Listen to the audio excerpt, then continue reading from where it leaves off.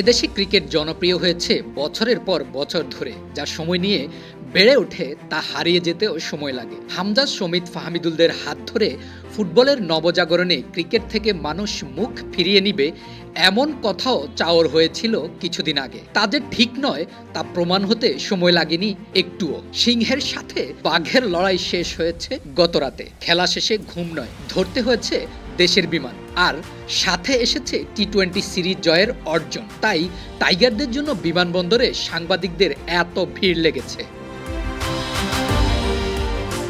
ঘরের ছেলেরা ঘরে ফিরবে, এতে তো সবাই আনন্দিত। তারপরও তাদের যেন কোনো বিঘ্নতা না ঘটে, তাই সদা তৎপর বিমানবন্দরের সব নিরাপত্তা কর্মীরা। সবাই চায় যেন সুন্দরভাবে দেশে এসে ঘরে ফিরতে পারেন প্রিয় ক্রিকেটাররা, তাই যেন এত সতর্কতা অবলম্বন করা।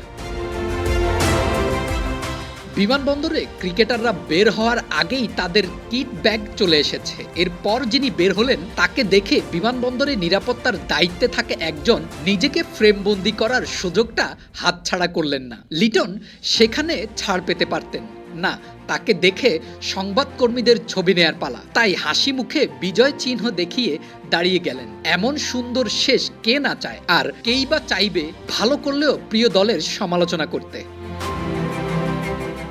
অধিনায়কের পর বিমানবন্দর থেকে বেরিয়ে এলেন ফেনী এক্সপ্রেস। দীর্ঘদিন পর জাতীয় দলের সাথে যোগ দিয়েছেন। তবে টি-20তে সাইফুদ্দিন দলের জন্য এক অন্যরকম ভারসাম্য এনে দিয়েছেন। সাইফুদ্দিন বল হাতে যেমন ভালো করার সামর্থ্য রাখেন, ঠিক তেমনি ব্যাট হাতে লম্বা শট খেলতে পারেন। দ্বিতীয় টি-20র শেষ বলেও তার হাত থেকে আসে 4-এর মার।